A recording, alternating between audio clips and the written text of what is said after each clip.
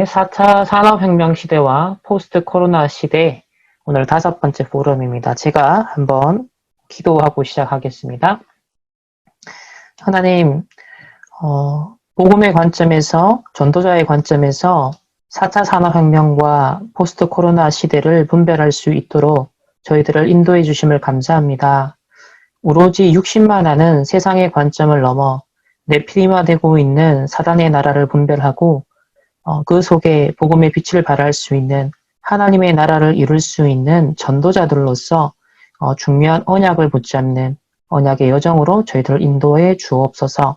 오늘도 저희들에게 주의 성령께서 역사해 주시고 이 한 시대 함께 세계복음화 언약 성취를 위해서 또 이 재앙시대를 막고 정말 이 복음의 빛을 발할 전도자들로 우리를 부르셨사오니 오늘도 가장 하나님이 원하시는 절대 계획 속에 가장 필요한 소통과 또 포럼과 많은 기도들이 소통되는 시간 될 수 있도록 주의 성령께서 충만하게 역사해 주옵소서.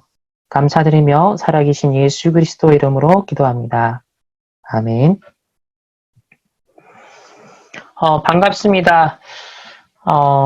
계속 우리 매주 이렇게 만나서 소통을 하고 있는데요. 벌써 5주가 접어들었습니다. 오늘 5번째 이제 주제가 호모데우스, 유물론적 진화론의 끝판왕이라는 제목인데 21세기 새로운 네피림 시대를 꿈꾸다라는 부제를 한번 달아보았습니다. 호모데우스라는 개념 자체가 되게 생소한 분도 계실 텐데요. 오늘 포럼을 통해서 이 개념이 어떤 개념인지 그리고 우리가 지금 계속 하나님의 형상에 대해서 지난주에도 나누었었는데 하나님께서 우리 하나님의 형상대로 지으신 그 인간에 대한 축복이 얼마나 중요하고 우리가 회복해야 될 것인지를 함께 또 기도 제목으로 나누기를 원합니다. 창세기 6장 4절에서 5절 말씀입니다. 당시에 땅에는 네피림이 있었고 그들은 용사라 고대의 명성이 있는 사람들이었더라. 여호와께서 사람의 죄악이 세상에 가득함과 그의 마음으로 생각하는 모든 계획이 항상 악할 뿐임을 보시고 잘 아시다시피 창세기 6장 바로 네피림 시대인데요. 이때 구원의 방주를 하나님께서 노아에게 지으라고 명령을 하셨습니다. 저와 여러분도 이 네피림 시대와 같은 시대를 살아가는 것 같습니다. 갈수록 육신이 되어지고 영적인 것은 제거되어지는 사람들의 가치관과 세계관 속에 영적인 것은 전혀 사라지고 있고 오로지 육신이 되는 것만 쫓아가는 그런 시대를 살아갑니다. 그런 시대의 특징이 죄악이 세상에 가득하고 사람의 마음으로 생각하는 모든 계획이 항상 악할 뿐이다 라고 성경은 분명히 밝히고 있습니다. 자, 오늘 먼저 함께 정리할 우리 전도자의 세계관은요. 제가 지속적으로 계속 다루고 있고 반복해서 이 각인을 위해서 말씀을 드립니다. 영적 서밋의 세계관을 저희들은 가져야 됩니다. 세상의 나라, 의식주만 관심이 있잖아요. 이 포스트 코로나나 4차 산업혁명 시대에도 오로지 초점이 의식주에만 맞춰져 있습니다. 하지만 복음을 받고 구원받은 하나님의 자녀로 또 이 시대 전도자로 부름받았다면 당연하게 우리가 봐야 될 것이 바로 사단의 나라입니다. 네피림이 어떻게 지금도 지속되고 있는가? 창세기 3장, 6장, 11장의 21세기 버전은 어떻게 표출되고 있는지 그것을 우리는 정치, 경제, 사회, 문화, 또 이 시대의 흐름 속에서 분별할 수 있는 눈을 열어야겠죠. 그러면 문제인식만 하는 것이 아니라 우리는 성삼위 하나님께서 위드 임마누엘 원내 사시기 때문에 하나님의 나라를 이룰 수 있도록 하나님 우리의 미션을 주셨습니다. 그래서 이 세 가지를 함께 볼 수 있는 영적 서밋의 세계관을 가질 것을 전도자는 계속 말씀하십니다. 우리는 눈앞에 보이는 3단체 현상이나 4차 산업혁명 시대, 포스트 코로나 시대 이게 가장 크게 보이겠죠. 우리 모든 불신자들과 심지어 복음의 영적 분별력이 없다면 그 현실만 가장 크게 보일 것입니다. 이스라엘 백성들이 골리앗 앞에서 나서지 못하고 두려워 떨면서 도망치기 바빴죠. 그러나 복음의 눈을 가지고 영적인 분별력을 가지고 있었던 다윗, 그는 어찌 이유가 없으리까 하면서 다른 언약적 이유를 가지고서 골리앗 앞에 나아갈 수 있었습니다. 골리앗은 결국 21세기 어떤 면에서 3단체 또 4차 산업혁명의 네피림의 그런 주역들로 보일 수 있겠죠. 우리는 이때 하나님의 세계복음화 성취를 향한 구속사, 언약의 여정이 어떻게 성취되는가를 볼 수 있어야 됩니다. 네피림화되는 시대를 보면서 어떻게 하나님의 나라를 이룰 것인가를 우리는 초점을 맞춰야 되는 거죠. 더욱이 우주 만물을 또 알파와 오메가 되신 그 하나님께서 모든 것을 섭리하시고 주관하시기 때문에 우리는 이 성삼위 하나님을 믿고 또 그분과 함께 동행하며 그분이 이루어 나가시는 구속사 속에 우리가 만나게 된 이 4차 산업혁명 시대와 포스트 코로나 시대 속에 하나님이 원하시는 절대 계획이 무엇인가? 이 시대와 세계복음화의 성취와는 어떤 상관관계가 있는가? 이것을 끊임없이 질문하는 것, 그것이 곧 우리의 기도라고 생각을 합니다. 그래서 여전히 12가지 문제의 타락 속에 있는 이 세상은요, 여전히 이 창세기 3장, 6장, 11장이 계속되고 있습니다. 사도행전 13, 16, 19장이 계속되고 있고 그 속에서 망할 수밖에 없고 실패할 수밖에 없는 6가지 그 운명의 틀에 계속 사람들은 갇혀가고 있죠. 그런 가운데 저와 여러분은 구원받은, 구속받은 하나님의 자녀로서 여전히 이 세상을 살아가고 있습니다. 그래서 하나님의 나라가 완성될 때까지 예수 그리스도께서 재림지로 다시 오실 때까지는 종말론적인 긴장관계를 우리가 경험을 한다고 했는데요. 그런 가운데 4차 산업혁명 시대를 만났고 이 포스트 코로나 시대를 겪어갑니다. 그리고 오늘 이제 나누게 될 포스트 휴먼, 트랜스 휴먼, 또 호모 데우스라는 그러한 매우 생소하지만 본질적으로 보면 결국 창세기 3장, 6장, 11장이 이렇게 표출되고 있다는 것을 오늘 함께 확인해야겠습니다. 또 우리 전도자의 세계관에 있어서 중요한 개념 중에 하나가 오픈 시스템인데요. 이 세상은, 이 자연 만물은 누가 개발하느냐, 또 누가 만물을 다스리느냐, 이 주도권을 가지느냐에 따라서 달라지는 거죠. 우상을 만드는 사람들이 돌을 깎아서 만들면 우상이 됩니다. 그러나 그것을 성전 건축했으면 그것이 성전이 되는 것이죠.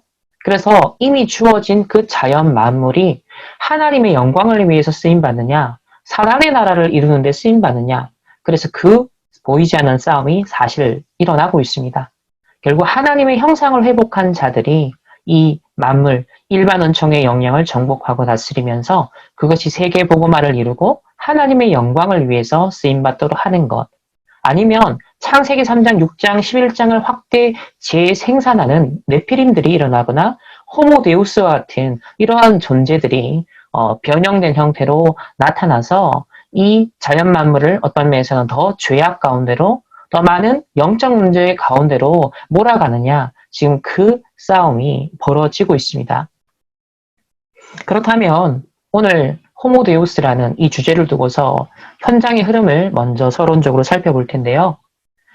4차 산업혁명 시대에 예상되는 기술의 변화와 또 그로 인해 나타날 사회적 변화에 대해서 우리는 막연한 기대감 혹은 두려움을 함께 느끼고 있습니다.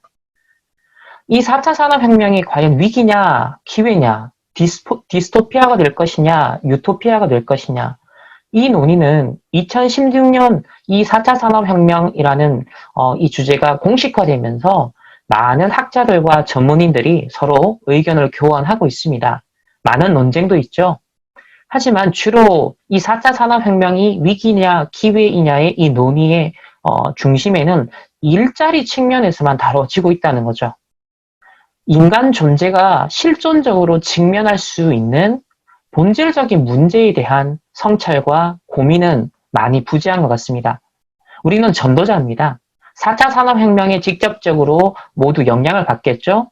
또 그 현장에 직접 종사하는 전문인도 있을 것입니다. 그래서 직업적인 측면에서 전문 영역에서 다루기 이전에 우리가 함께 공유하는 정체성은 전도자입니다. 우리는 랩넌트 세계관 연구팀으로서 이 주제를 가지고서 포럼을 함께 나누게 된 배경은 우리는 전도자를 통해서 이 시대에 후유증이 온다. 4차 산업혁명 시대 후유증이 오기 때문에 과연 그 후유증이 어떠한 형태로 올 것인지를 통찰하고 미리 예상하면서 말씀이 진리이기 때문에 팩트이기 때문에 그것에 근거하여서 재해석하고 정확하게 분별하는 것이 저희의 미션이라 생각했습니다. 그래서 인간의 존재에 어떠한 영향을 미칠 것인지 그런 본질적인 문제에 대해서 오늘도 함께 나누고자 합니다. 찰스 다윈의 생물학적 진화론이 제기된 이후로 지금까지 기독교의 성경적 인간과는 진화론적 인간관에 의해서 많은 공격과 비난을 받아왔죠. 이제 4차 산업혁명 시대가 열리면 획기적인 기술 발전에 의해 여러 분야에서 인간의 약점과 한계가 극복되겠죠. 그러면 전통적 인간 개념은 더욱 근본적인 도전과 큰 변화에 직면할 수밖에 없을 것입니다. 그런 도전들 가운데 특히 차세대의 역사학자로서 세계적인 인기를 얻고 있는 유발 하라리의 인간관에 우리가 자세히 주목할 필요가 있는데요. 사피엔스와 호모데우스는 그의 인간관을 담아내고 있는 대표작입니다. 대중적인 인지도가 매우 높죠. 또 전 세계에 수십 개의 언어로 번역, 출간되는 이 하라리의 책이 미치는 지성적, 사회적, 문화적인 영향력은 매우 크고 광범합니다. 사피엔스와 호모데우스는 사피엔스라고 지칭하는 현재의 인류종이 과거로부터 어떻게 진화해 왔는지 그리고 미래에는 어떻게 진화해 갈 것인지에 대해서 방대하게 설명합니다. 하라리는 철저하게 유물론적인 진화론에 근거한 인간론을 전개하죠. 그런데 여기서 중요한 특이점이 발견되는데요.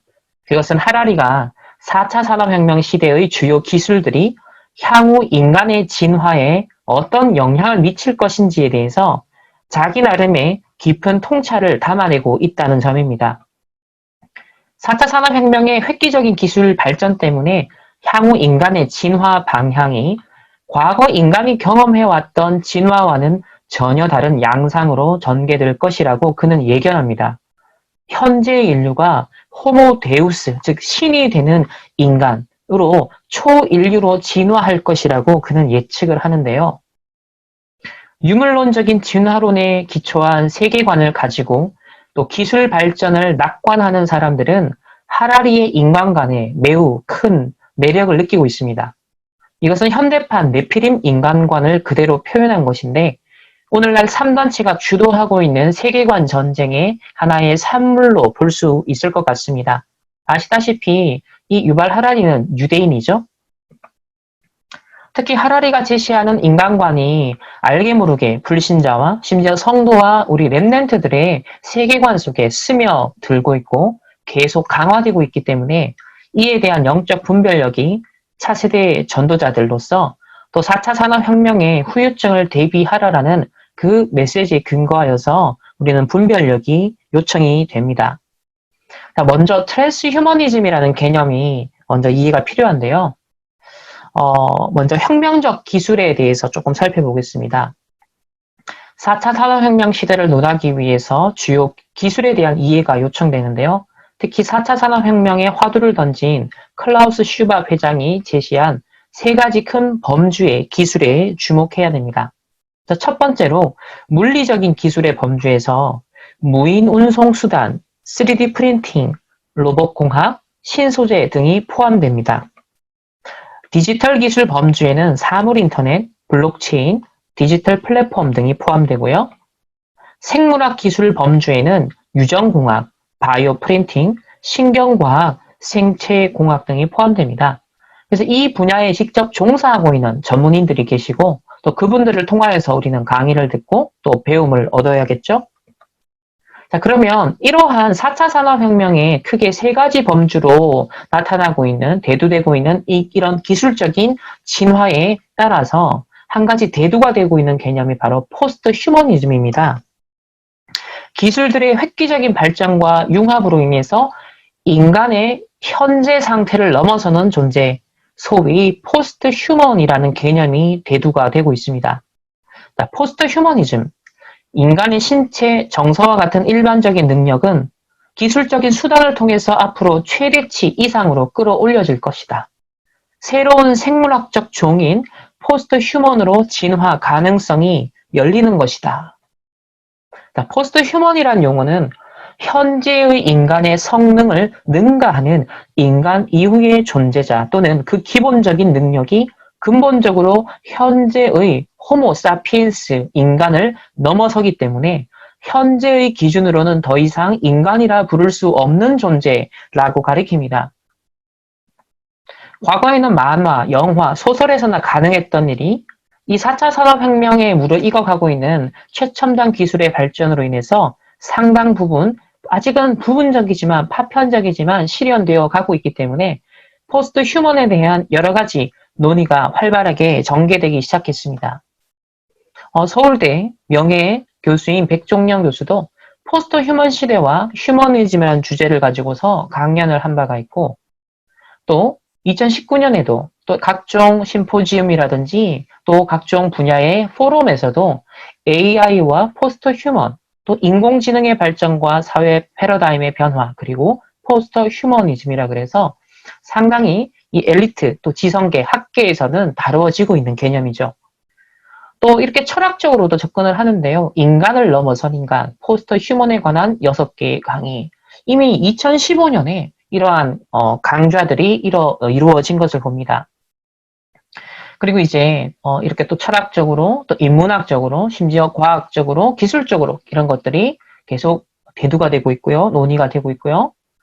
또 책들도 상당히 많이 나왔더라고요.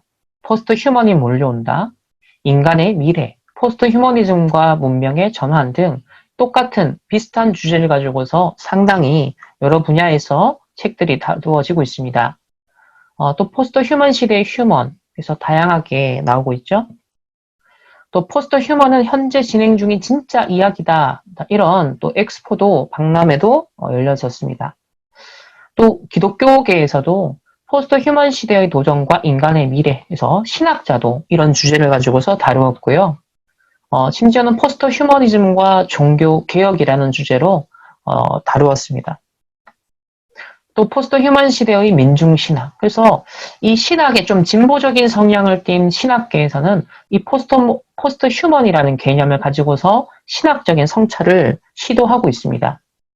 또 포스트 휴먼 시대의 생명, 신학, 교회를 돌아보다라고 하면서 포스트 휴먼 시대의 도래를 직시하며 인간 중심의 정치, 경제, 문화, 체제에 적극적으로 저항하고 사랑과 정의의 지속 가능한 생명 공동체를 지향하는 생태 신학자들의 결실. 자, 이런 기존의 인간이 문제가 많았다. 너무 탐욕적이었고 또 자본주의적으로 너무 물질만을 위해서 인간이 살아오면서 이 세상이 망가졌고 이 자연 환경이 파괴되었다.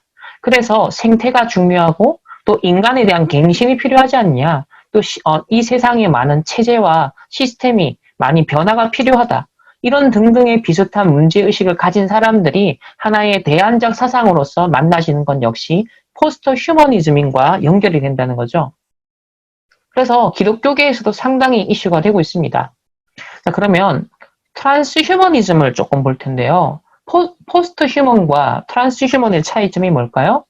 포스트 휴먼으로 진화하기 전에 바로 중간 단계를 트랜스 휴먼이라고 구분합니다.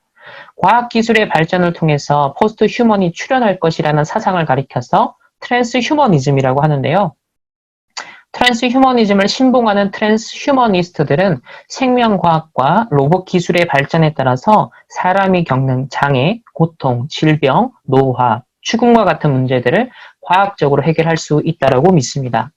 그래서 이 트랜스 휴머니즘에 대한 책들도 컨텐츠들도 일부 나오고 있고요. 또 기독교회에서도 트랜스 휴머니즘과 종교적 상상력, 한신대, 가장 자유주의 신학, 신학교라고 볼 수 없을 정도로 신학이 아닌 인학을 하는 그런 학교 현장이죠. 트랜스 휴머니즘의 밑바탕에 깔린 사상은 결국 유물론적인 환원주의와 기능주의라는 두 가지 상반된 철학적 입장이 혼재되어 있습니다. 조금 어렵죠? 즉 유물론적인 환원주의라는 것은요, 인간을 물질로 보게 만듭니다. 또 기능주의는요, 인간에게 있는 어떤 기능이 작동을 하기만 한다면 그 기능이 작동하는 대상이 굳이 우리 인간의 신체, 유기체인 인간일 필요는 없다라는 관점을 갖게 하는 것이죠. 특히 사이보그는 자연적인 요소와 인공적인 요소를 하나의 유기체 안에 결합시킨 강화된 인간을 일컫습니다. 특히 그 구성에서 중요한 것은 유기체와 인공물 간에 원활하게 정보가 전달되는 것인데, 사이보그 포스트 휴먼은 사람의 신체와 비유기체인 컴퓨터 및 로봇 사이에 절대적 경계를 허물고 서로 완전히 융합되어 하나의 개체로 작동하는 것을 의미합니다. 극단적으로는 인간의 의식을 알고리즘으로 만들어 비유기체인 컴퓨터나 기계에다가 이식하는 방식으로 포스트 휴먼 실현을 예상합니다. 이것은 과거의 전형적인 유물론적인 진화론과 논의의 성격이 매우 달라졌음을 시사하는데요. 리처드 도킨슨 같은 대표적인 유물론적 진화론자에게 이 돌연변이와 자연 선택이라는 기본 메커니즘이 있었죠. 이 관점은 인간 존재란 처음부터 인간으로 나타난 것이 아니라 수많은 종의 변화 과정을 거치면서 진화하여 현재의 인간이 되었다는 것이죠. 그런데 인류가 장차 미래에 어떻게 될 것인가에 대해선 그저 우연에다가 자연에다가 맡기기보다는 첨단 기술에 의해서 인위적으로, 계획적으로, 의도적으로 유도할 수 있는 상황을 만들어가자라는 관점이 바로 트랜스 휴머니즘입니다. 즉, 인간 스스로 의식적으로 진화를 이루어 나가다는 거죠. 유발 하라리 역시 인류의 과거 역사는 유물론적 진화론의 관점에서 해석을 했다면 인류의 나아갈 방향, 미래에 대해서는 트랜스 휴머니즘적인 관점을 갖고 접근하고 있습니다. 따라서 그는 유물론적인 진화론자이면서 트랜스 휴머니스트라고 할 수 있죠. 그래서 이 트랜스 휴머니즘은 사실상 21세기 현대판 바로 창세기 3장, 이 욕망의 선악과를 따먹는 것과 같은 내가 신이 되고자 하는, 내가 하나님이 되고자 하는, 내가 신적 존재가 되고자 하는 바로 그러한 창세기 3장을 아주 적나라하게 표현하는 사실 현상입니다.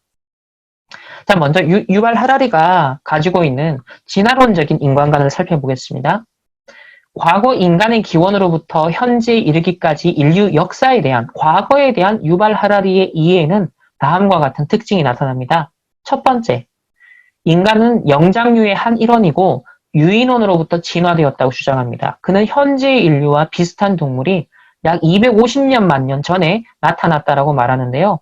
이 동물의 이름이 아마 여러분이 학교에서 배웠던 오스트랄로피테쿠스입니다. 이것은 남쪽의 유인원이라는 뜻이고요. 하라리는 더 그슬로 올라가서 약 600만 년 전에 살았던 유인원으로부터 침팬지와 오스트랄로피테쿠스의 계보가 갈라지게 되었다고 주장하는데요.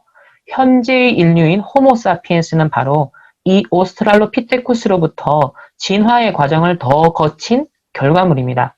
즉 하라리는 전형적인 진화론자죠. 둘째로 현재 인류인 호모사피엔스 외에도 호모군에 속하는 다른 종들이 여러 세계 각지에 존재했다라고 그는 주장합니다. 오스트랄로피테쿠스가 세계 각지로 퍼져나가면서 그 지역에 따라 종의 변화가 나타났다는 설명인데요. 유럽과 아시아, 동아시아, 인도네시아 자바, 또 인도네시아 프롤레스, 시베리아, 동아프리카 등 각 흩어진 곳에서 이 오스트랄로피테쿠스에 의해서 여러 종류가 나왔다고 그는 그래서 호모사피엔스로 진화되었다라고 그는 말을 합니다. 셋째로 호모에 속하는 호모 속으로 분류되는 여러 종 중에서 유일하게 사피엔스 종에게 허구를 말할 수 있는 능력이 생겨났고 이 능력을 발휘해서 사피엔스 종이 바로 세상의 지배자가 되었다라고 그는 봅니다. 하라리는 이것을 사피엔스 종에게 일어난 인지혁명이라고 말하면서 그 시기는 약 7만 년 전부터 3만 년 전 사이라고 그는 여기는데요. 이런 인지혁명에 대한 개념을 이 유발 하라리가 사용하면서 사실 대중들이 많이 쓰죠. 인지혁명이라는 용어를 많이 쓰고 있습니다. 물론 사피엔스 종에 이런 일이 일어난 것은 우연의 산물이라고 말합니다. 여기에다 사피엔스는 문자 체계를 만들어냄으로써 자신들을 대규모 협력망으로 묶을 수 있었다라고 보죠. 네 번째는 인간은 다른 동물들과 마찬가지로 영혼이 없다라고 주장하는데요. 하라리는 사피엔스가 돼지와 달리 영혼을 지니고 있다라는 과학적 증거는 전혀 없다라고 말합니다. 영혼은 없지만 인간은 다른 동물들과 마찬가지로 의식이 있고 감각과 감정을 지닌다라고 합니다. 하지만 이 감각과 감정은 데이터를 처리하는 생화학적인 알고리즘에 불과합니다. 그래서 영혼이라는 것은 실체가 없다는 거죠. 이런 관점은 유물론자, 진화론자들의 전형적인 주장입니다. 진화론자들은 인간의 영혼이 사실상 별도로 존재하는 것이 아니라 단지 물리적인 신체 기관들이 작동하면서 마치 영혼이 있는 것처럼 보일 뿐이라고 여깁니다. 다섯 번째로 성별의 전환이 가능하고 동성애도 문제가 되지 않는 행위다라고 유발 하라리는 주장을 하는데요. 그 역시 동성애자죠. 하라리는 오늘날 우리는 남자를 거세하는 것은 물론이고 수술 또 호르몬 치료를 통해서 아예 여성으로 바꿀 수 있다라고 말합니다. 이는 남자와 여자로 구별되는 변함없는 성 정체성을 갖는 것이 아니라 변경될 수 있다라는 인식을 보여주는데요. 염색체나 신체적으로 구별되는 특징으로 남자와 여자를 구분하려고 하지 않습니다. 해당 사회가 부과하는 신화, 즉 상상의 인간의 질서 속에 남성상과 여성상에 의해서 남자와 여자가 구분된다라고 인식을 한다. 오늘날 젠더 이데올로기라든지 이런 젠더 관련된 운동을 하는 사람들이 주장하는 사람들이 그거죠. 사회학적으로 결국 생물학적 성이 아니라 사회적으로 문화적으로 결국 규정된 스스로 판단할 수 있는 선택할 수 있는 성을 그들은 주장을 합니다.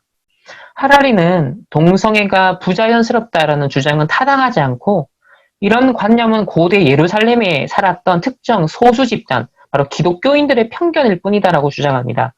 이것은 생물학적 기준에 의한 것도 아니고 기독교 신학의 영향일 뿐이라고 주장하죠. 그래서 그의 인터뷰에서 이렇게 말합니다.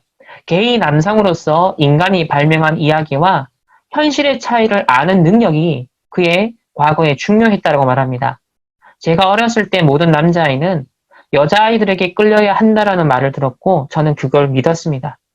깨닫기까지 너무 오랜 시간이 걸렸는데 그게 그저 인간이 발명한 이야기라는 것, 그리고 어떤 남자아이는 다른 남자아이를 사랑할 수도 있다는 것이 현실이라는 것이었죠. 세상 사람들이 발명한 모든 이야기들을 잊으세요. 성직자나 랍비가 발명한 완전한 헛소리입니다. 신의 의도한 바와 다르게 쓰면 부자연스러운 행위인 거죠. 하지만 이건 모두 미신입니다. 인간과 동물들은 자연 선택에 의해 진화했습니다. 그리고 진화에는 목적이 없습니다. 인간의 신체에서 어떤 장기도 수백만 년 전 최초 등장했을 때 그때 그대로 기능대로 작동하는 것은 거의 없습니다.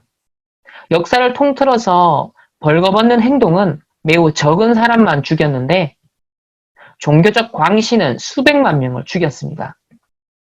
그러니 게이 퍼레이드의 노출을 그렇게 많이 걱정하기 전에 종교적 극단주의에 대해서 걱정하는 게 낫습니다. 자, 이렇게 전형적인 유발 하라리는 이 진화론자, 유물론자의 세계관을 가지고 있는 것을 보게 되고요. 그 속에서 자신의 성 전체성에 대해서도 철저하게 그 관점에서 개진을 하고 있습니다. 자, 그러면 이제 지금까지 과거의 진화에 대해서는 전형적인 유물론 또 진화론의 관점을 가지고 있었다면 미래의 인간의 진화에 대해서는 그는 호모데우스를 주장합니다. 하라리의 인간 과거사에 대한 이해는 전형적인 유물론적 진화론의 기반이 있음을 앞서 확인했죠. 그런데 현재 인류가 앞으로 어떻게 진화해 나갈 것인가? 매우 특이한 점이 나타납니다. 유물론을 고수하지만 진화론은 버린 것처럼 보이기 때문인데요. 과거가 아닌 인류의 미래를 설명할 때 돌연변이나 자연 선택이라는 말을 쓰지 않습니다. 오히려 첨단 기술에 의한 의도적인 설계 개념을 주장하고 있습니다. 미래의 인류 변화에 대해 이렇게 기술을 이용하여 의도적이고 급진적이며 혁명적인 변화를 추구하려는 그의 사상은 전형적인 트랜스휴머니즘이죠. 과학기술의 발전을 통해 기아, 질병, 전쟁을 통제하는데 어느 정도 성공한 현재 인류에게 주어진 중요한 미션은 바로 이제 지금까지 진화해온 호모사피엔스를 호모데우스로 업그레이드 시키는 겁니다. 하라리는 현재 인류가 추구해야 할 핵심 어젠다로서 불멸과 행복, 신성이라는 이 세 가지를 제시하는데요. 그런데 하라리의 주장이 대중적인 인기를 얻고 있는 이유는 이 불멸, 행복, 신성을 추구하는 방법에 있어서 기존의 애매모호한 어떤 형이상학적인 철학이나 종교에 의존하는 과거의 방법과는 다르게 고도로 발전된 현대의 바로 4차 산업혁명 시대에 무르익어가는 첨단 과학 기술에 의존하고 있기 때문입니다. 4차 산업혁명의 주요 기술들이 하라리가 호모 데우스라는 개념을 발전시킬 수 있었던 기반이 됩니다. 이런 기술들이 복합적으로 적용되면서 호모 사피엔스에서 호모 데우스로의 변화를 위한 시도가 일어나는데요. 첫 번째, 그는 불멸 추구에 대해서 말합니다. 하라리는 죽음의 문제를 해결할 수 있다라고 했고요. 또 해결해야 된다라고 하는 그런 기술적 문제로 봤는데요.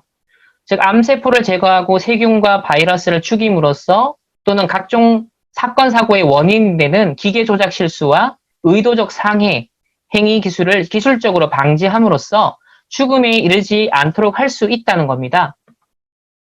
실제로 이 4차 산업혁명의 그런 IT 기업들이나 이런 걸 이끄는 창업자들이 이런 생명 연장의 꿈에 상당히 많은 투자를 하고 있는데요. 구글은 죽음의 문제를 해결하는 것이 창립 목적인 칼리코라는 회사를 2013년에 설립했고요. 구글의 벤처 투자 회사인 구글 벤처스는 생명 연장과 관련된 프로젝트에 막대한 자금을 투자하고 있습니다. 또 이런 노력들에 앞장서고 있는 대표적 사람이 바로 레이 커즈와일인데요. 그는 특이점이 오는 시기로 2045년을 주장하면서 건강을 유지하기 위해서 정시로 맞춤형 알약을 먹고 있습니다. 우리가 이제 정시 기도를 하는 것처럼 정시 알약 먹기 하는데 아침에 67알, 점심에 59알, 또 저녁에는 24알을 먹는다라고 합니다. 자, 이런 시도는 인간의 죽음을 최대한 미루어서 생존의 기간을 최대한 늘리는 결과로 나타날 것인데요. 그러나 이러한 생명 연장의 기술만으로는 인류가 행복하지 않을 수 있다라고 하라리는 말합니다. 결국 어떤 식으로든 죽음이 올 것이기 때문에 심리적으로 불안감을 느끼게 된다는 거죠.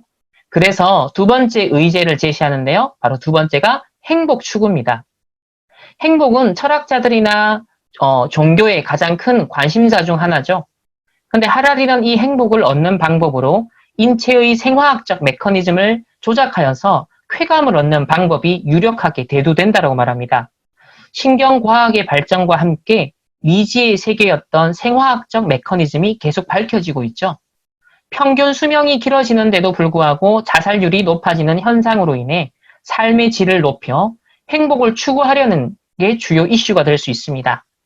그래서 하라리는 어떤 방법보다도 생화학적인 방법이 이 문제를 해결할 수 있다. 그래서 더 쉽고 확실한 방법이 될 것이다 라고 전망하는데요.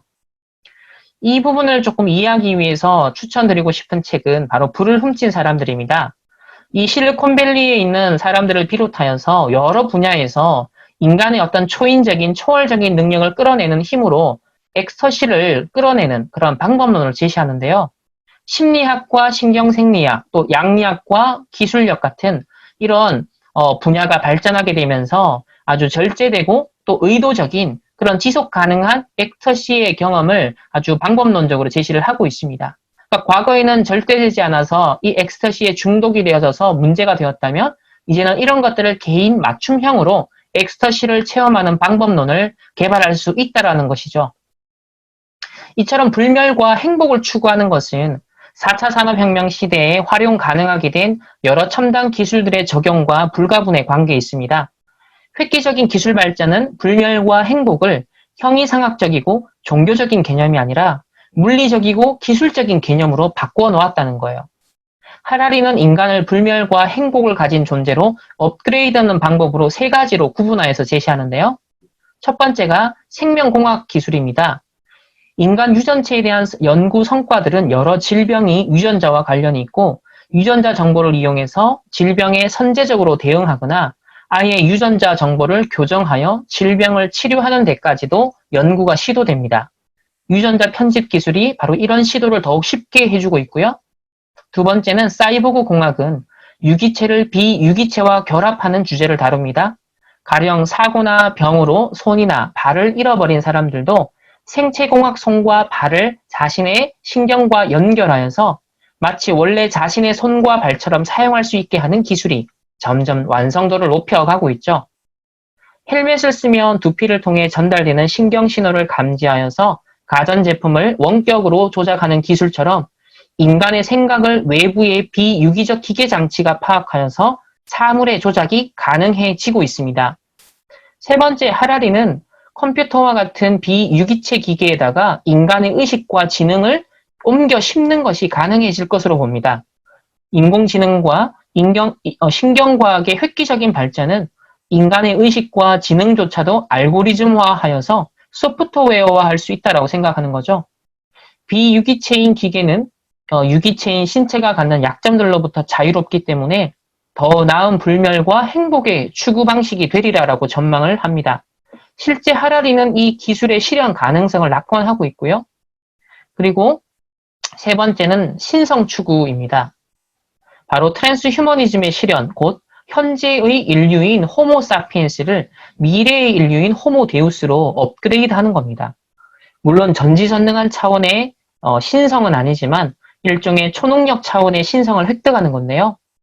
이제 단지 개인적으로 불멸하는 존재가 되고 행복감을 높이는 것뿐 아니라 능력 자체, 그 존재의 능력 자체도 혁신적으로 강화시키겠다는 겁니다. 왜냐하면 4차 산업혁명의 주요 기술인 인공지능의 발전이 앞으로 어디까지 갈지 누구도 예측하기 어렵고 사물 인터넷의 발전으로 온 세계가 하나의 네트워크로 연결되어서 세상의 소소한 정보들까지 모두 통합 관리될 수 있기 때문이죠. 막강한 지능과 거대한 데이터를 가진 주체는 분명 강력한 권력을 발휘할 수 있게 될 것입니다. 이렇게 되면 정보의 관리뿐 아니라 통제도 가능하기 때문에 사실상 개인적 주권이 네트워크 시스템의 관리자에게로 옮겨가게 되죠. 그래서 하라리는 구글과 페이스북, 그 밖에 다른 알고리즘들이 모든 것을 아는 신탁이 되면 그 다음에는 대리인으로 진화하고 마침내 주권자로 진화할 것이다 라고 말합니다. 하라리는 인간이 미래의 호모 데우스라는 새로운 종으로 진화하는 과정에서 진화하지 못한 채 경쟁력을 잃고 도태되는 수많은 평범한 사람들이 생겨날 것이라고 보는데요. 그래서 4차 산업혁명의 많은 후유증의 한 예로 볼 수 있겠죠. 이 무능력한 계급에 대해서 하라리는 그들은 경제적, 정치적, 예술적으로 어떤 가치도 없고 사회의 번영과 힘과 영광에 아무런 기여도 하지 못하는 사람들이다. 이 쓸모없는 계급은 그저 일자리를 구하지 못한 사람이 아니라 일자리를 구할 수 없는 사람이라 라고 말합니다. 그래서 감히 우리 랩런트들이 이 흐름에 정말 이 일자리를 구할 수 없는 사람, 이 부류에 속하지 않고 정복하고 다스리는 왕 같은 제사장으로서 정말 이 시대를 치유할 수 있는 그런 랩런트로 키우는 것이, 준비시키는 것이 중요하다 생각을 했고요. 그런데 호모데우스는 전통적인 진화론의 입장처럼 자연 선택 때문에 나타나는 것이 아니라 바로 지적 설계 때문에 나타난다는 점에서 매우 특이한 관점인데요. 지난 40억 년이 자연 선택의 기간이었다면 이제 지적인 설계가 지배하는 우주적인 새 시대가 열리려고 하고 있다. 과거에 대해서는 생물학자들이 옳았지만 미래에 대해서는 역설적으로 지적 설계 옹호자들이 맞을지도 모른다라는 조금 모호한 얘기를 했어요. 그런데 이 프리메이슨도 보면 사실 지적 설계론을 주장을 합니다. 이 쥐는 프리메이슨의 이 대표적인 이제 상징물인 이 컴퍼스와 직각자 사이에 있는 쥐는 이신론이 주장하는 우주의 위대한 건축자, 그래서 기계론적이고 비인격적인 신, 또 종교적 다원주의가 추구하는 보편적인 신을 의미하고요. 또 우주의 창조가 압축된 기하학, 지오메트리를 뜻합니다. 또한 우주의 설계자, 절대적인 지성 혹은 절대적인 존재 등으로 표현이 되는데요. 그래서 그는 그 창조 또 건축, 설계가 기하학적으로 너무나 정교하고 또 질서정연하기 때문에 그 특징을 반영해서 이렇게 지칭을 하게 되었습니다. 그래서 단순히 음모론적으로 지금 접근하는 입장이 아니라 실제 프리메이슨들이 오랫동안 주장했던 우주적인 설계자, 또 절대적인 존재, 절대적인 지성, 이런 표현들이 프리메이슨 개개인이 연합하여서 일종의 메이슨 운동을 펼친 거죠. 사상을 건축해왔고 또 많은 정치와 경제와 문화의 많은 영역의 어떤 질서와 흐름을 건축해오는 그런 역할을 해왔습니다. 심지어는 혁명에서도 영향을 많이 미치기도 했고요. 어쩌면 이런 4차 산업혁명 시대의 과학기술력이 많은 발전되는 흐름들이 3단체의 엘리트들에 의해서 만들어지고 있는 것이 사실이라면 어쩌면 이러한 우주의 설계자, 절대적 지성 그런 것이 이 인공지능과 또 어떤 사물 인터넷 시스템과 또 4차 산업의 여러 것들이 합력되어져서 그러한 어떤 효과를 나타내지 않겠냐, 결과로 이어지지 않겠냐는 것도 조심히 예측을 해봅니다. 그래서 결론적으로 그렇다고 할 때 이 호모데우스 21세기 현대판 네피림 운동이 대두가 되는 이 시점에 우리 전도자들이 집중해야 될 것을 한번 살펴보겠습니다. 첫 번째, 유발 하라리의 인간관은 성경적 인간관과 상충됩니다. 성경은 인간 기원의 문제에 대해서 진화론이 아닌 하나님의 창조를 말하죠. 유인원으로부터 진화해왔다는 하라리의 주장은 바빙크의 표현처럼 단지 가정들과 해설들 뿐입니다. 두 번째는 성경은 모든 인간의 기원이 하나님이 창조한 한 쌍의 부부로부터 유래되었음을 밝힙니다. 오스트랄로피테쿠스에서 진화된 호모사피엔스 이외에 호모에 속하는 다양한 종들이 세계 각지에 존재했다라는 하라리의 주장은 지극히 상상력에 지나지 않죠. 세 번째는 성경은 최초의 인간이 하나님의 형상대로 창조된 탁월한 능력을 가진 존재임을 밝힙니다. 이는 우연히 발생한 인지혁명으로 인해 호모사피엔스 종이 허구를 말할 수 있는 능력을 갖게 되었다라는 하라리의 가정이 진정 허구임을 멱설해 주죠. 네 번째는 성경은 다른 동물들과는 달리 인간에게 영혼이 있음을 밝힙니다. 하나님의 형상으로 창조된 인간의 가장 큰 특징이 바로 영혼을 가진 영적 존재라는 것입니다. 인간은 영혼과 육체가 구별되면서도 통합된 영육 통일체입니다. 하라리의 주장, 곧 영혼의 실제를 부정하고 단지 몸의 생화학적 반응이 일어나는 현상이 영혼이 있는 것처럼 착각을 일으킨다라는 그의 주장은 유물론적인 세계관에 입각한 착각입니다. 호모데우스 개념은 육신화된 네피림 인간관이죠. 다섯째로 성경은 인간이 처음부터 남자와 여자로 구별된 성 정체성을 가진 존재임을 밝힙니다. 하지만 하라리는 남자와 여자의 구별이 사회적으로 강제된 미신이라고 주장하면서 남자와 여자의 성별이 임의로 바뀔 수 있음을 말합니다. 성경은 남자와 여자의 결혼에 대한 언약적인 가치와 의미를 말하지만 하라리는 이러한 특별한 목적의식을 부인합니다. 그 스스로 동성애자로서 동성애를 금하는 성경을 미신으로 여기죠. 이것은 영적 문제에서 파생된 영리적인 관점이라고 볼 수 있습니다. 여섯째는 트랜스 휴머니즘을 바탕으로 궁극적인 포스트 휴먼을 추구하는 하라리의 호모데우스 개념은 과학 기술에 의해 최고로 강화된 이상적인 인간의 최종 상태를 지향합니다. 하지만 성경은 인간의 힘으로 그것을 실현하기란 불가능함을 단언합니다. 모든 사람이 죄를 범하였음에 하나님의 영광에 이르지 못함을 성경은 말씀하죠. 기술을 활용해서 인간을 신으로 업그레이드하려는 시도는 현대판 창세기 3장, 6장, 11장 세계관일 뿐입니다. 인간의 능력과 기술을 믿는 신념에 기초한 트랜스 휴머니즘은 하나님의 복음의 은혜로서만 영광의 상태에 이르게 되는 성경적인 인간론의 정면으로 배치된다라고 할 수 있습니다. 특히 성경은 사람의 죽음을 이렇게 말씀합니다. 하나님은 선악을 알게 하는 나무의 열매를 먹으면 반드시 죽는다라고 했지만 사탄은 결코 죽지 않는다라고 속였죠. 거짓의 아비답게 말입니다.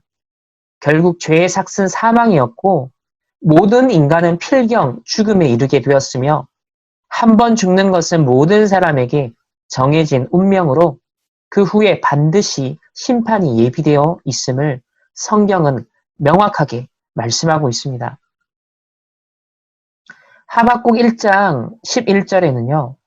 그들은 자기들의 힘을 자기들의 신으로 삼는 자들이라. 이에 바람같이 급히 몰아 지나치게 행하여 범죄하리라 라는 말씀이 있는데요.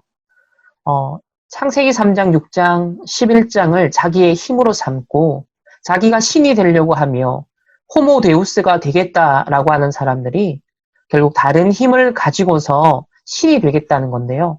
과학기술력을 힘입어서 신적인 존재로 거듭나겠다라고 하지만 성경은 그들의 행위가 지나치게 행하여 범죄하리라 라고 말합니다.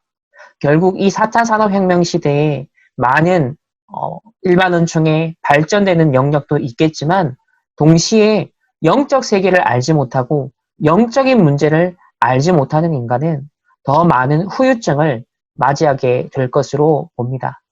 그래서 전도자가 이 시대를 미리 알고 예상하며 대비하는 것이 필요하겠죠. 네피림 시대에 하나님이 미리 노아를 부르셔서 방주를 짓도록 하나님이 명령하시고 인도하신 것처럼 이 시대 저와 여러분을 차세대 전도자로 부르시고 이 호모데우스라는 창세기 3장 세계관으로 무장되어 있는 이 시대의 네피림 운동을 하는 사람들로 인해 일어나는 영적인 후유증을 하나님은 분명히 대비할 것을 말씀하셨습니다. 이것이 우리의 미션이 아닐까 생각하고요. 시편 1편 1절 2절에 이렇게 말씀합니다. 복 있는 사람은 악인들의 꾀를 따르지 아니하며 죄인들의 길에 서지 아니하며 오만한 자들의 자리에 앉지 아니하고 오직 여호와의 율법을 즐거워하여 그의 율법을 주야로 묵상하는도다. 호모데우스, 유발 하라리가 주장한 이 호모데우스라는 개념은 이미 창세기 3장에 사단이 아담과 하와를 속이고 꿰기 위해서 던졌던 메시지와 동일합니다. 그러나 성경은 복 있는 사람, 하나님의 복을 받은 사람은 창세기 3장의 악인들의 꾀를 따르지 않고 창세기 6장의 네피림 죄인들의 길에 서지 아니하며 창세기 11장 바벨탑 오만한 자들의 자리에 앉지 아니하고 하나님이 주신 복음의 말씀, 생명의 말씀, 그 여호와의 율법을 즐거워하여 그것을 24시 묵상하고 집중하는 자다라고 말씀합니다. 사무엘상 17장 45절에 골리앗을 만난 이 다윗이 골리앗 앞에 이렇게 말합니다. 너는 칼과 창과 단창으로 내게 나아오거니와. 아까 앞에서 봤던 시편에 보면 악인들의 꾀, 죄인들의 길, 오만한 자들의 자리에 앉지 아니한다 그랬는데 골리앗은 칼과 창과 단창, 바로 창세기 3장, 6장, 11장을 배경으로 해서 그걸 힘으로 잡는 그 시대의 호모데우스였죠. 그런데 다윗은요, 하나님의 말씀을, 복음의 말씀을 즐거워하여 24시 묵상하는 증인으로 렘넌트로 나아갑니다. 그리고 그 배경에는 만군의 여호와의 이름, 곧 네가 모욕하는 이스라엘 군대의 하나님의 이름으로 너에게 나아간다라고 말씀하고 있습니다.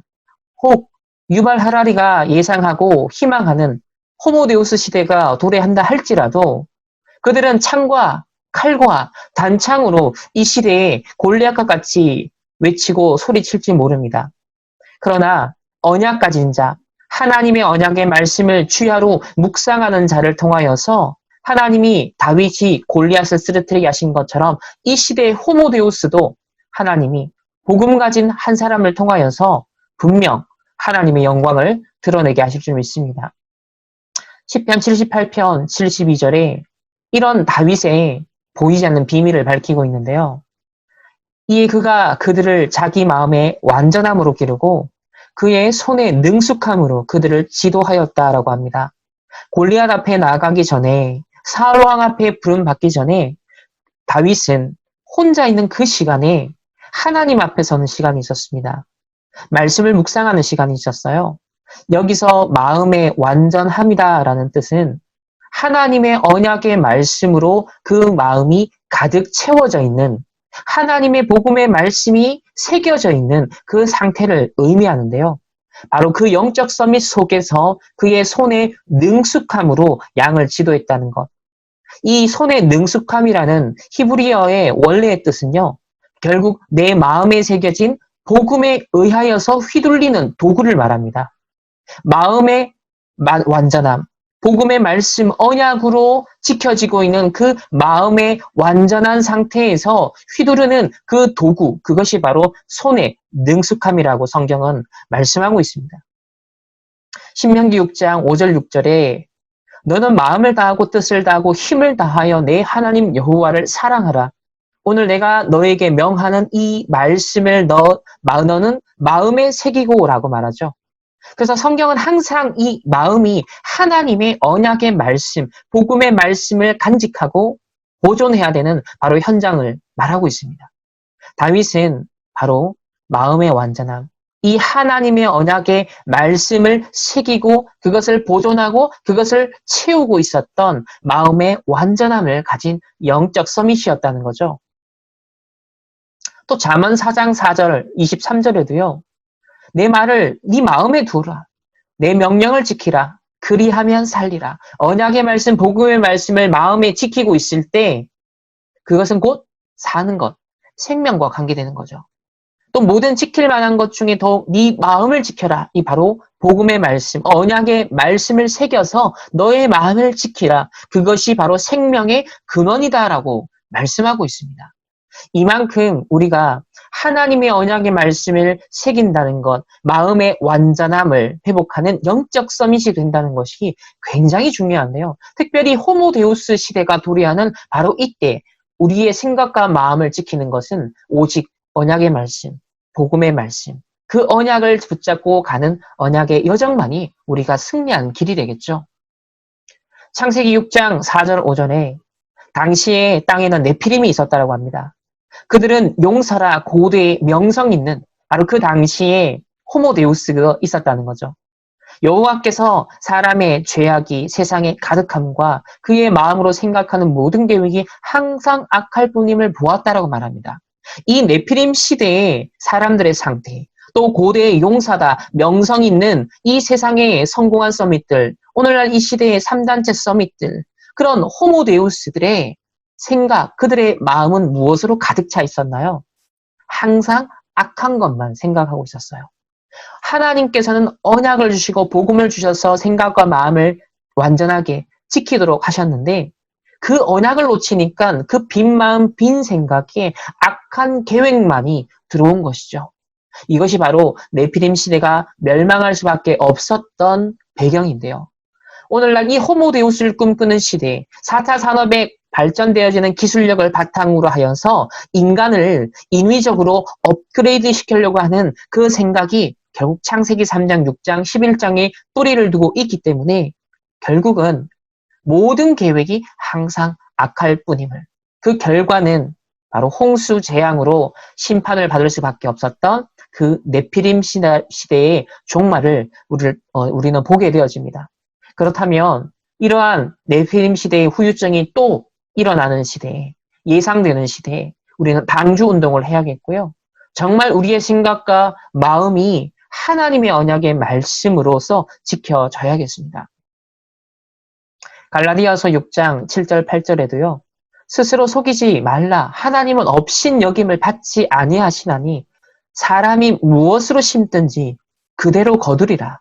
자기 육체를 위하여 심는 자는 육체로부터 썩어질 것을 거둔다 그랬습니다. 지금 호모데우스를 꿈꾸는 이 세상의 서밋들이 결국 자기 육체를 위하여 심고 있죠. 오로지 유물론과 오로지 진화론에 근거해서 영적인 세계는 부정하고 영적 존재로서 인간을 부정합니다. 영혼을 부정합니다. 오로지 육체를 위하여 심는 자들이 일어나고 있죠.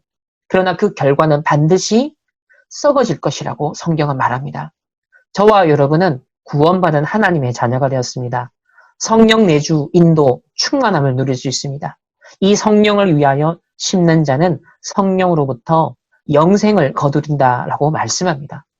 호모데우스가 아무리 일어나는 시대다 할지라도 성령의 내주, 인도 역사 속에 영원한 열매를 맺게 되어지는, 영생을 얻게 되어지는 저와 여러분은 반드시 이 시대를 능히 살리고도 남는 사람이 되림을 확신합니다.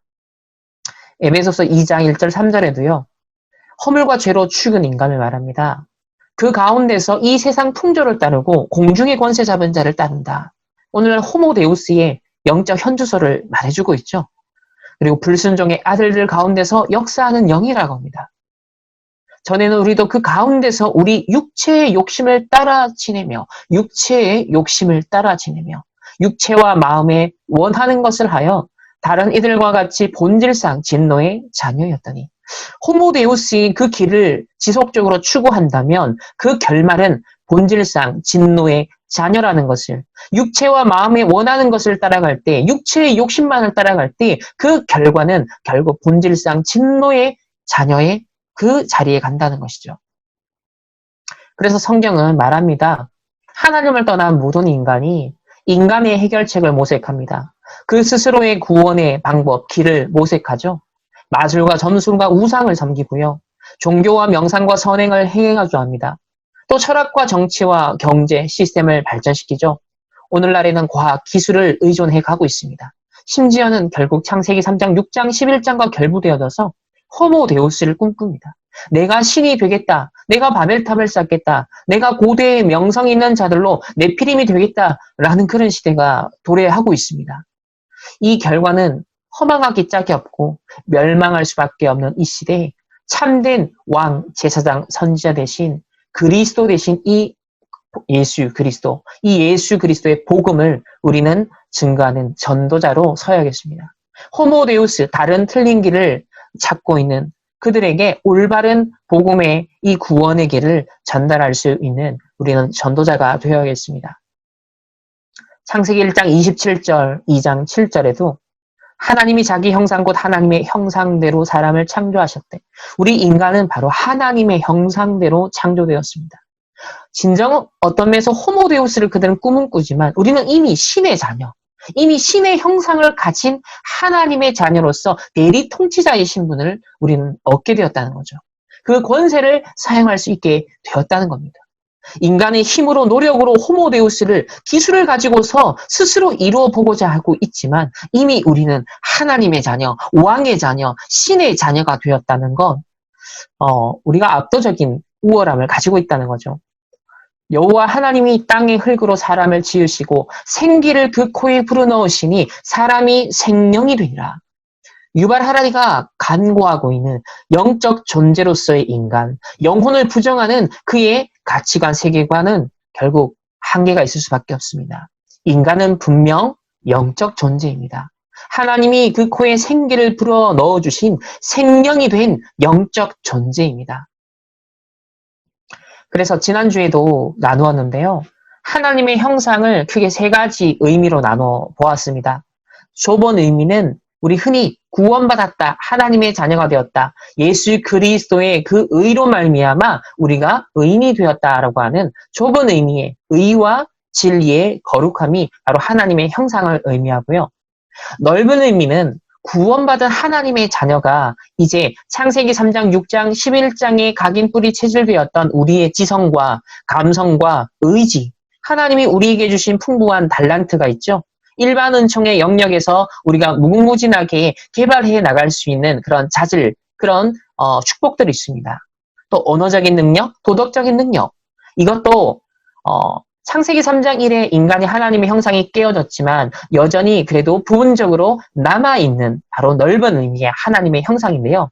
이것은 창세기 3장, 6장, 11장 12가지 문제로 각인 뿌리 체질되었던 것을 바로 그리스도 하나님 나라 성령 충만의 언약 속에서 하나하나 치유받아가고 회복해 나가면서 온전한 하나님의 형상을 회복하는 여정 속에 우리가 들어가게 되는 겁니다. 결국은 이 과정을 통하여서 하나님의 궁극적인 목적은 뭡니까? 원래 인간에게 축복하셨던 것이 바로 대리 통치자로서 세상, 자연, 모든 만물을 통치할 수 있게 하신 겁니다. 세상 만물에 대한 통치권을 바로 하나님의 자녀에게 허락하셨다는 거죠.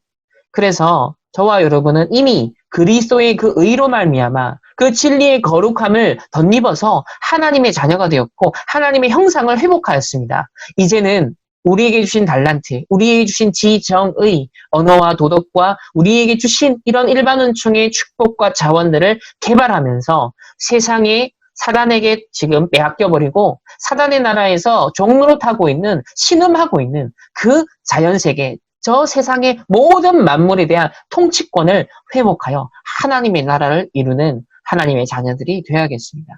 그래서 우리 다락방언에서 62가지 지금 전도자의 삶을 말씀하셨잖아요. 그 가장 본질적인 내용이 21가지입니다. 그리스도 하나님 나라 성령 충만.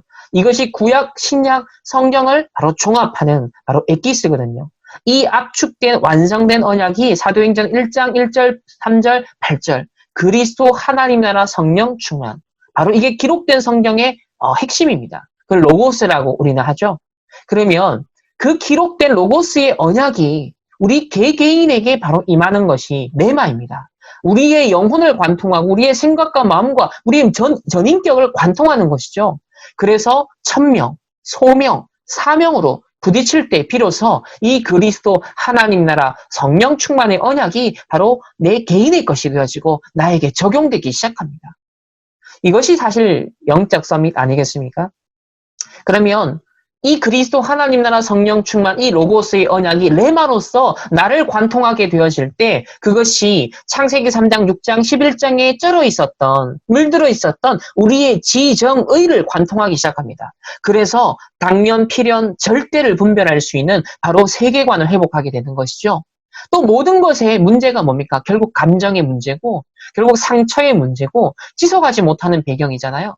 그런데 그 창세기 3장, 6장, 11장에 물들어 있는 우리의 감성도요.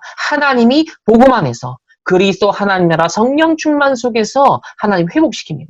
그래서 일심, 전심, 지속, 언약을 위하여 세계 복음화를 위하여 가는 그 인생에 우리는 일심, 전심, 지속할 수 있는 그러할 진정한 하나님의 형상 속에서의 감성도 우리는 회복하게 되는 것이죠. 그리고 고집이 아니라 바로 오직 우리의 참된 창세기 3장, 6장, 11장을 벗어난 언약에 오직하는 그 안에서의 유일성, 재창조하는 참된 복음 안에서의 의지를 회복하게 되어집니다. 그래서 창세기 3장에 고집을 부리고 있고 창세기 6장의 오만한 자리에 그들은 창세기 11장에 그런 죄악의 길을 가고 있습니다. 이때 우리는 오직 유일성, 재창조의 의지를 회복하기죠. 결국은 이게 24 되어지고 25 영원 되어지면 한 개인에게 어떤 게 됩니까? 작품이 남습니다. 우리의 인생을 통하여서 결국 작품이 남게 되죠. 로고스를 통하여, 로고스가 결국 레마로 적용되고 그것이 우리의 지정의를 관통하게 되어질 때 그 안에서 무엇인가 작품이 나올 수밖에 없습니다. 결국은 나의 각인 뿌리 체질을 바꾸고 또 다른 사람의 각인과 뿌리와 체질을 바꿔줄 수 있는 바로 그것이 문화인 것이죠. 이렇게 하나님의 형상의 좁은 의미, 넓은 의미, 세상 만물에 대한 통치권이라는 이 하나님의 형상의 개념이 62가지 전도자의 삶의 이 21가지 본질을 통하여서 결국 우리는 하나님의 형상을 회복하신 것이구나라는 것을 확인하게 되어집니다. 결국은 5가지 기도가 뭡니까? 이 21가지를 실제로 회복하기 위해서 우리가 기도의 비밀을 가져야 되잖아요. 집중의 비밀이 필요하잖아요. 그래서 구원의 감사. 그러면은 말씀의 흐름, 언약의 흐름이 보이고 그 안에서 우리가 뭡니까? 집중의 포인트. 그러면 결국 치유가 되어지고 결국 말씀과 내 삶이 일치가 되어지는 그런 가운데 미래가 보여지는 이런 5가지 기도의 비밀이 당연하게 요청되는 거죠. 이 속에서 뭡니까? 결국 7가지 우리의 달란트를 개발하는 창세기 3장, 6장, 11장 속에서 달란트 개발이 아니라 이 21가지를 회복하는 것 속에서 기도의 비밀을 누리는 것 속에서 결국 하나님이 주신 원래의 달란트를 회복하고 개발하는 거죠. 특별히 이 달란트 회복은 이 넓은 의미의 바로 이 하나님의 형상 회복과 관계되는 영역이다라고도 볼 수 있겠습니다. 또한 우리가 이 9가지 포인트라 했을 때는 결국은 굉장히 깊고 넓고 다양하게 모든 것을 통합적으로 통찰할 수 있게 도와주는 것이죠. 과거, 현재, 미래. 그렇죠? 이렇게 9가지 포인트. 그러니까 이게 237 나라 전체, 모든 민족, 모든 족속, 모든 문화권에 대한 사실 우리 9가지 포인트를 가지고 접근을 하게 되어지면 사실 굉장히 풍성한 우리의 넓은 영역의 이 하나님의 형상을 제대로 회복할 수밖에 없게 되는 겁니다. 결국 20가지 전략이라는 건 뭡니까? 이것을 작품화하고 문화화해서 이것을 시스템화해서 또 다른 사람들이 이 길을 걸어갈 수 있도록 도와주는 것이죠. 전 세계화시키는 바로 방법이 되는 것이죠. 증인되는 것입니다. 이렇게 바로 영적 서밋, 기능 서밋, 문화 서밋, 또 60가지 전도자의 삶, 하나님의 형상, 이것이 각각이 아니라 일맥상통하는 한 언약의 여정 속에 있는 축복이다라는 것을 우리가 다시 한번 회복하게 묵상을 하게 되어집니다. 오늘 이제 5번째 강의를 마치는데요. 이 호모 데우스, 정말 인간 스스로가 꿈을 자기가 신이 되겠다라고 이 창세기 3장의 현대판이라고 볼 수 있는데요. 구속사 여정 속에서 이 4차 산업혁명의 기술력에 기반한 호모데우스 개념이 대두됩니다. 21세기 버전의 새로운 네피림 운동으로 발전해 갈 수도 있죠. 그것의 실현 가능성을 여부를 떠나서 이러한 유형의 세계관 자체가 현장에 미치게 될 영향과 전도자의 역할에 대해서 함께 포럼을 나누어 보면 좋겠습니다. 오늘 함께 포럼에 참여한 여러분 감사드리고 오늘 5번째 강의를 마치도록 하겠습니다. 하나님 감사합니다. 이미 우리에게 주신 완전한 복음, 하나님의 그 형상을 하나님 회복하며 영적 기능 문화 서밋의 증인되어서 이 시대 호모데우스를 꿈꾸는 하나님 네피림화되는 시대에 정말 정확한 영적인 해답을 줄 수 있는 전도자들 될 수 있도록 축복하여 주옵소서. 하나님 이것을 위해서 먼저 진짜 영적 서밋이 되어지고 정말 하나님 주시는 무한한 이미 우리에게 주신 어마어마한 능력들을 사실적으로 회복하고 누릴 수 있는 기도의 사람, 영적 집중의 사람들 될 수 있도록 하나님께서 축복해 주옵소서. 감사드리며 살아계신 예수 그리스도 이름으로 기도합니다. 아멘.